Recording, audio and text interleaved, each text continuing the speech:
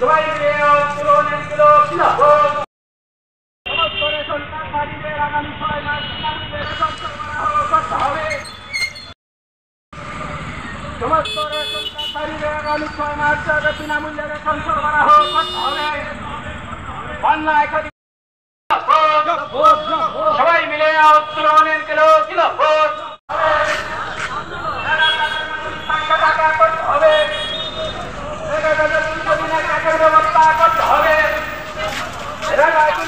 কাজের ব্যবস্থা করতে হবে। অন্যায় ক্ষতিগ্রস্ত কৃষকদের আর্থিক সাহায্য করতে হবে। অন্যায় ক্ষতিগ্রস্ত কৃষকদের জন্য কীটনাশক ঔষধ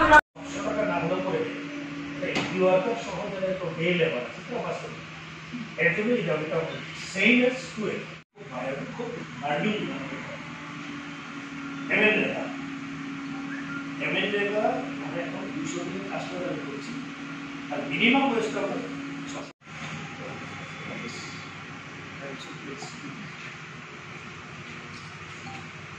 2 নম্বর দাবিটা আমরা রাখছি বন্যা পীড়িত যে এলাকাগুলো আছে সেখানে ছাত্রছাত্রীদের জন্য সরকারি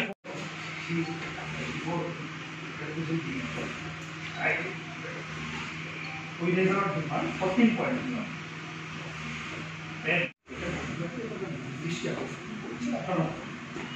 প্রথম যে দাবিটা আমরা করলাম এই যে এই সময়ের মধ্যে যে প্রাকৃতিক দুর্যোগটা বন্যা বিশেষ করে বন্যা 6 মাসের ত্রিপুরা ক্ষেত মজুর ইউনিয়ন খোয়াই ডিস্ট্রিক্ট কমিটির মধ্যে অভিনন্দন জানাই। বর্তমানে এরকম একটা গুরুত্বপূর্ণ সময় বিশেষ করে কিছুদিন আগে প্রাকৃতিক দুর্যোগে ত্রিপুরা রাজ্যের প্রায় 25,000-এর উপর লোক ক্ষতিগ্রস্ত বিভিন্নভাবে হয়েছে।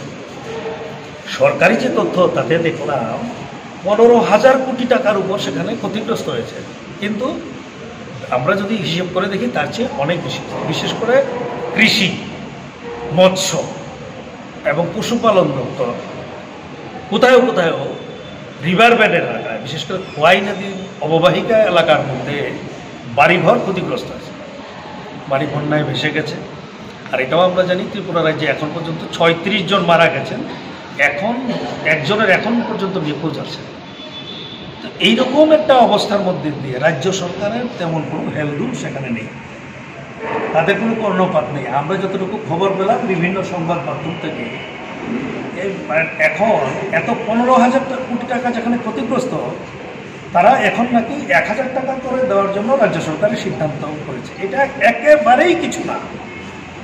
এই অবস্থায় ত্রিপুরা ক্ষেত মজুর ইউনিয়ন আমরা মনে করছি এই সময়ের মধ্যে ক্ষেত মজুর ইউনিয়নকে রাস্তায় নামতে হবে, মানুষদের জন্য কথা বলতে হবে, বিশেষ করে যারা বন্যা পীড়িত মানুষ তার জন্য আমরা 14 দফা দাবিতে বিশেষ করে বন্যা পীড়িত সহ এবং অন্যান্য যে গুরুত্বপূর্ণ বিষয় তার এই দাবিগুলি নিয়ে আমরা মাননীয় জেলা শাসক মহোদয়ের কাছে আমরা দাবিগুলি রেখেছি।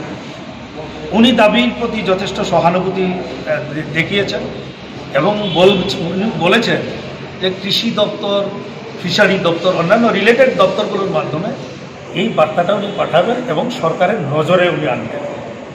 আমরা এটাও বলছি যে কোনো কোনো ক্ষেত্রে দলীয়করণ হচ্ছে, দলবাজি হচ্ছে। বিরোধী রাজ্যের যে রাজনৈতিক দলগুলো আছে এই দলগুলো তাদেরকে বিভিন্নভাবে তাদেরকে বঞ্চিত করা হচ্ছে ক্ষতিগ্রস্ত হওয়া সত্ত্বেও।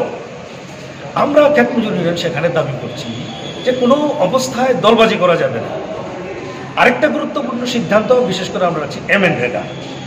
আপনারা এটা ভালো জানেন, আপনারা যারা বিভিন্ন সংবাদ মাধ্যমের লোক আছেন, 2005 সালে এটা আইনে পরিণত হয়। 100 দিনের কাজের গ্যারান্টি তৈরি হয়। পূর্বে একটা বন্ধু সরকার ত্রিপুরা রাজ্যে ছিল, বামফ্রন্ট সরকার। 100 দিনের কাজের গ্যারান্টি হয়েছে, গড়ে ত্রিপুরা রাজ্যে 94 দিন কাজ হয়েছে।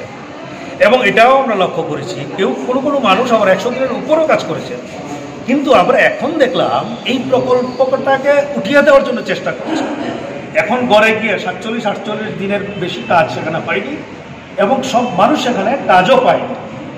আমরা মনে করছি এই সময়ের মধ্যে রেগা এটা 200 দিনের কাজ এবং জিনিসপত্রের দাম যেহেতু বাড়ছে তার সঙ্গে সঙ্গতি রেখে ন্যূনতম মজুরি 600 টাকা করার জন্য আমরা ডিমান্ড করছি।